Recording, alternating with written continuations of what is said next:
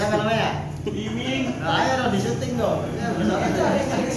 Siapa namanya? Abdurrahman. Apa bumdes itu, Pak? Kalau mau tahu bumdes apa? Yo singkatannya pula. Lu makanan bentuk apa itu? Makanan Abdurrahman kayak saya apa? Apa bumdes? Kamu tahu? Kantor, Pak.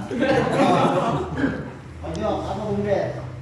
Unit untuk pengolahan sampah-sampah yang kalau saya lihat kemarin Pak ya, Ya. pengolahan sampah-sampah seperti plastik yang dimanfaatkan juga dimanfaatkan untuk perangkat desa nggak? Jadi membantu warga-warga desa agar ada Ya, kegiatan sedikit mengenal lah. Oke, ini semuanya dari desa atau dari kota ini?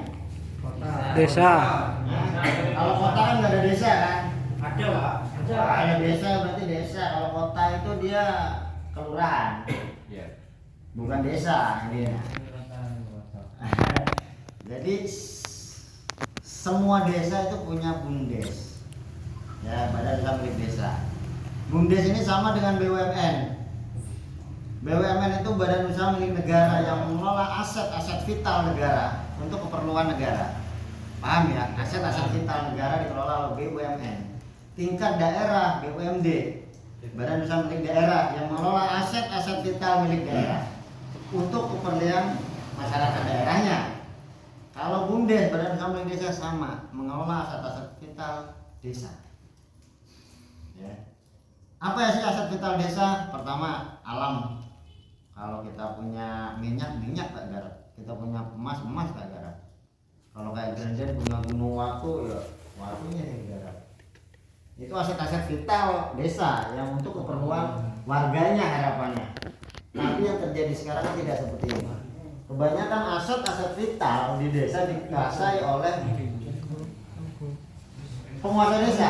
Entah itu kades, entah itu suksesnya, betul tidak? Sama daerah pun gitu. Rata-rata BUMN, BUMD semuanya pilot.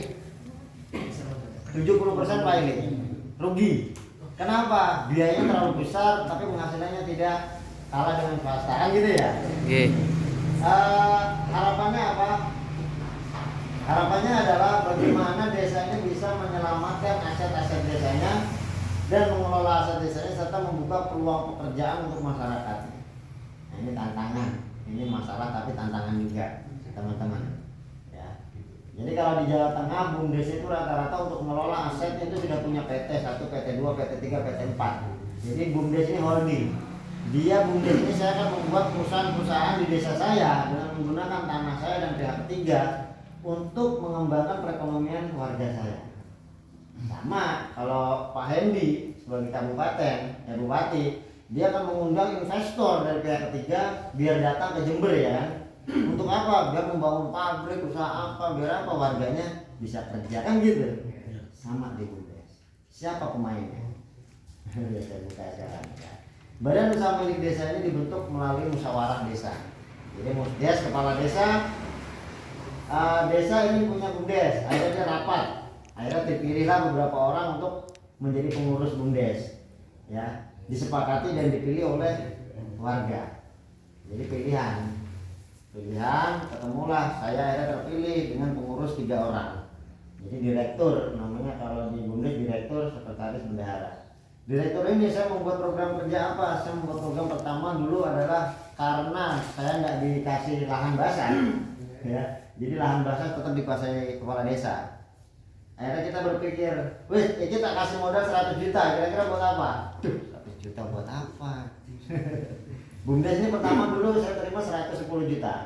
Buat apa? Usaha apa? Akhirnya kita rembukan, kita buat bisnis plan. Oke Pak, karena di sini potensinya adalah pengrajin, saya akan membuat jual beli kerajinan. Jual beli kerajinan. Akhirnya saya punya alat, punya kantor, punya komputer dan lain untuk bisa membuka pasar untuk kerajinan. Ya, dari 110 dan termasuk mesin laser dulu buat motong kayu pakai laser itu kita punya. Setidaknya untuk meningkatkan value atau nilai dari produk kerajinan yang diproduksi oleh warga. Ya alhamdulillah kita bisa memasarkan seluruh Nusantara untuk produk kerajinan ini mulai dari 2017 kita. Ya, dari 2017. 2018 masih mengembangkan, kita sudah mengembangkan bank sampah dulu. Karena apa? BUMDes ini tidak hanya orientasinya profit, tapi profit yang mengentaskan masalah sosial. Akhirnya sampah mau nggak mau, kenapa? Ini di ujung kota ya. Sampah dari sana tuh larinya ke sini masuk ke sawah-sawah kami. Jadi kalau udah sungai dibuka pintunya, itu sampahnya masuk ke sawah-sawah desa. Nah ini akhirnya kita berpikir, wes bunda kita nggak ada sampah. Walaupun sampah ini adalah masalah yang pelik, butuh sekali dana banyak. Kita hanya dikasih dulu untuk pengentasan sampah berapa? 7 juta. 7 juta rupiah untuk membuat usaha sampah. Apa usaha pengolahan sampah? Waktu masa iso. Kira-kira kamu kalau dikasih modal 7 juta buat apa modalnya? Kalau buat ini sampah, apa buat ini tempat penampungan sampah toh? Ya enggak. Tidak. Apa? Buat apa? Tong sampah. Saat itu kita dikasih modal 7 juta, apa yang saya lakukan? Oke wes, saya sewa mobil 1 bis, saya ajak ibu-ibu PKK untuk studi banding ke Malang. Jadi saya dikasih modal 7 juta itu saya gunakan buat jalan-jalan studi banding. Enggak mikir usaha apa sih wes. Pokoknya apa, diperlukan pelaku-pelaku yang tahan banting kan gitu. Nah aku dewe ya, aku ongko. Akhirnya saya ajak 1 bis ibu PKK studi banding ke Malang. Mereka melihat di Malang itu ada TPS 3R, bagaimana menyelesaikan sampah 30 truk datang sore habis. Siapa caranya? Nah itu saya ajak mereka ke sana. Kenapa kita nggak buat kayak gini mas di desa ini? Oke siap. Mereka pulang mimpinya sudah sama. Ya mimpi mereka sama, 30 truk selesai 1 hari. Nggak gemen-gemen kan? Gimana mas di desa gini-gini? Oke pelan-pelan. Akhirnya kita rencanakan bikin apa? Bank sampah namanya. Bank sampah itu warga nabung sampah ini dulu yang ringan. Kita modal tinggal 2 juta soalnya. 5 juta habis buat jalan-jalan dikasih 2 juta. Akhirnya ibu PKK ini saya bentuk 4 bank sampah di tiap dusun itu satu. Saya kasih modal 500 untuk apa? Ngawali beli plastik besi dari tetangganya. Akhirnya itu berjalan 2 tahun dengan kita dulu masyarakat nabung, kita jual ke pengepul kan, kita pilah jual ke pengepul harganya nggak tinggi, kita dimainkan juga. Akhirnya 2 tahun saya pikir kita nggak dapat untung, setidaknya operasional tertutupi tapi keuntungan nggak ada, bahkan tekor. Akhirnya saya berpikir 2019 saya ajukan ke desa, Pak kita punya pabrik pencetak plastik. Akhirnya dibangunkanlah 2020 pabriknya, tapi pabrik top. Akhirnya dari mesinnya, ahlinya, tenaganya, ya anak-anak lulusan SMA, aliyah, pesantren itu saya kumpulkan. Ayo kita buat pabrik bareng-bareng. Selama setahun kita merintis pabrik pengangkatan plastik itu. Jadi nebangi pohon, motongi kayu, terus sampai kemarin itu selama 1 tahun. Anak-anak lulusan SMA. Jadi kalau pagi mereka menggarap kerajinan, sore sampai malam menggarap untuk membuat pabrik. Alhamdulillah desa melihat akhirnya langsung dibantu oleh desa, jadilah. Nah, itu merintisnya sampai sekarang. Sehingga apa? Dari sampah yang kita kumpulkan ini kita jangan jual ke pengepul, harus kita cacah dulu. Sehingga kalau ke pengepul kita hanya dapat untung 1.000 rupiah, kalau kita cacah kita bisa mendapatkan sampai 10.000 rupiah hasilnya. Ini kan nilai ekonomis yang tinggi ketika kita punya pencacah plastik intinya. Tapi kardusnya kemana? Masih kita pilah, kita jual ke pengepul. Nah, ini adalah satu hal yang baru kita rintis dan baru kita kembangkan. Sehingga apa? Harapan kami dengan adanya teman-teman, kita bisa kerjasama apa? Ya, setidaknya ini upaya kami untuk mensinergikan dan memberdayakan aset desa dan membuka peluang pekerjaan untuk masyarakat desa. Setidaknya dari pengolahan sampah ini kita bisa menyerap tenaga kerja kurang lebih 50 orang, baik yang tetap maupun yang tidak tetap. Menyerap tenaga 50 orang kalau satu desa mengolah sampahnya sendiri tanpa ada yang menggaji loh dari pemerintah ya. Pemerintah udah lepas tangan, dia sudah ngomong ngasih modal 7 juta, hal itu lepas tangan. Dikira autopilot, orang nggak makan apa ya. Akhirnya kita harus berpikir 7 juta ini kita gunakan buat apa? Bagaimana kita bisa menggaji dan menjalankan pabrik? Kerjasama gotong royong sehingga muncullah gerakan kebersamaan gotong royong anak-anak muda dan remaja. Mereka nggak berpikir saya digaji berapa, tapi mereka berpikir mereka menjadi manajer-manajer dan pelaku dari usaha ini. Mereka mimpinya sudah jauh, mereka memiliki usaha besar. Itu lulusan SMA, Pak, aliyah dan pondok pesantren. Kalian kuliah akan lebih bagus dari itu harusnya. Ya, harusnya lebih bagus. Kami membutuhkan kalian sebagai apa? Kalian sebagai pemikir. Kalian punya ilmu. Dari plastik ini bisa produk apa? Sehingga apa? Plastik yang kita kumpulkan, kita cacah, kalian punya konsep, punya ilmunya. Ini apakah mau dijadikan batu bata atau perawanan atau genteng atau meja atau kerajinan atau komposit lainnya ya. Ini kalian tugasnya. Kalian kembangkan mumpung masih ini penelitian, kembangkan. Ketika ini sudah jadi produk, ayo kita sinergi, kita produk besar-besaran. Dan gitu.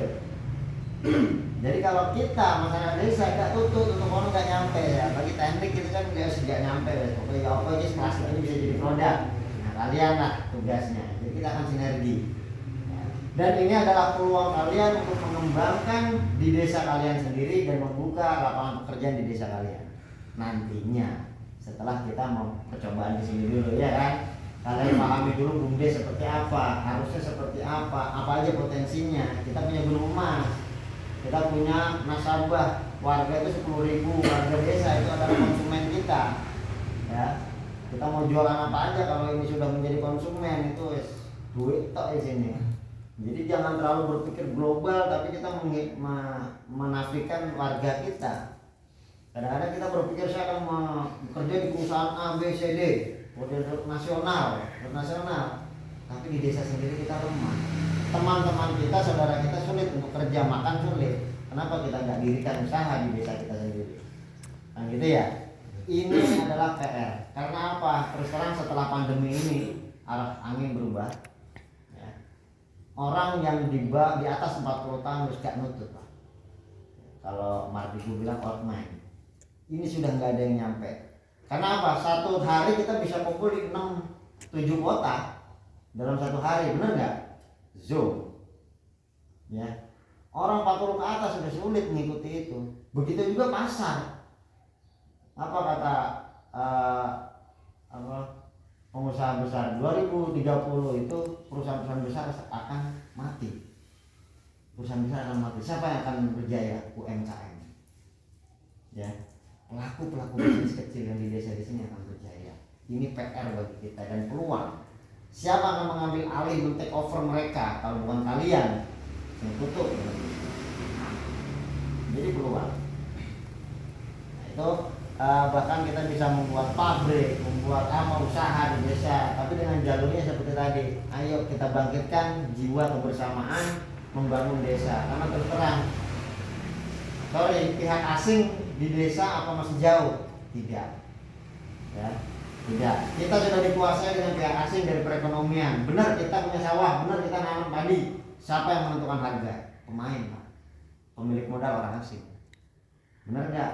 Pupuk pun dimainkan harganya, sehingga 1 hektar hasilnya minim sekali.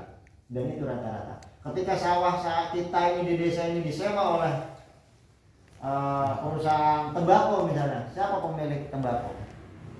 Pasarnya siapa? Asing. Kita hanya jadi penonton. Ketika itu disewa, petani saya nggak bisa garap sawah ini. Itulah kenyataannya. Benar nggak? Jangan dikira penjajah masih jauh. Belanda benar udah jauh, Cina sudah di tengah-tengah. Sorry. Ya. Begitu juga kampus. Kampus pun apa tidak tercemar dengan para cukong-cukong? Banyak. Ya. Program Nusantara ini, kampus ini dikasih program ayo bangun desamu, ayo mahasiswa digerakkan bersama membangun desa. Yoga di rumah, no istilahnya. Benar, kampus ini masih banyak program-program yang tidak mengenal desa. Mereka hanya menjalankan program-program yang zaman dulu, tapi nggak membuat ini ada potensi di desa. Ayo kita kembangkan. Belum lihat. Jadi mereka masih berpikiran aku oleh Vero, jabatan apa yang akan saya dapat? Itu pun di kampus, jangankan pemerintah. Kalian sebagai new mind, orang-orang muda yang memang harusnya berpikiran global, luas, pembaharuan sudah. Nggak bisa lagi, kita harus berbuat. Ayo serap dana kampus untuk mengembangkan desa kita. Kan gitu sih. Program yang ada di kampus ayo kita serap untuk mengembangkan desa, menguatkan desa. Karena apa? Desa ini benteng terakhir kedaulatan Nusantara. Ketika emas Indonesia dikuasai asing, minyak dikuasai asing, pasar dikuasai asing, yang masih bertahan hingga lockdown ini, desa masih bisa bertahan. Tapi ketika desa kita pun sudah dikuasai semua, kita hanya jadi penonton dan hanya tumbal semua. Ini yang sedang kita hadapi. Saya bukan berarti di sini memperkaya diri atau hanya karena saya pengen kaya atau memperbesarkan usaha saya, tidak. Ya, ini usaha desa, usaha masyarakat, karena investornya adalah masyarakat saya sendiri. Ya, saya menolak investasi dari luar karena BUMDes punya filosofi. Jadi ketika BUMDes usaha desa ini maju, diharapkan apa? Pemilik investasinya adalah warganya sendiri, sehingga nggak jadi penonton. Saya ditawarin 3M kemarin untuk memperbesar usaha di BUMDes, 3M, tapi pihak ketiga tergiur, jangan. Saya tolak. Kalau ini saya masukkan ke usaha BUMDes besar, cepat, tapi masyarakat saya jadi apa? Hanya jadi penonton. Betul. Ini PR kita. Sehingga apa? Kedaulatan, kekuatan desa adalah di tangan kalian yang bisa nyambung, otaknya nyambung. Ya, pikiran hatinya kalian masih nyambung. Ayo kita rumah desa kita kembangkan, berdayakan. Karena desa kita pun masih dikuasai orang-orang cukup mereka juga. Kalian yang masih segar dan berpikiran tinggi dan jauh yang bisa merubah itu. Monggo, kebetulan saya koordinator BUMDes Kabupaten Jember. Kalau ada dari desa kalian, Pak, bisa nggak saya pertemukan dengan BUMDesnya? Saya akan hubungkan dengan BUMDesnya atau dengan kadesnya. Karena apa? BUMDes di desa kalian itu rata-rata keluhannya nggak punya SDM, sumber daya manusia. Karena rata-rata mereka umurnya 4 tahun ke atas, itu politikus, politis sekali. BUMN gue dipegang politis, nggak ngerti bisnis, bisa nggak?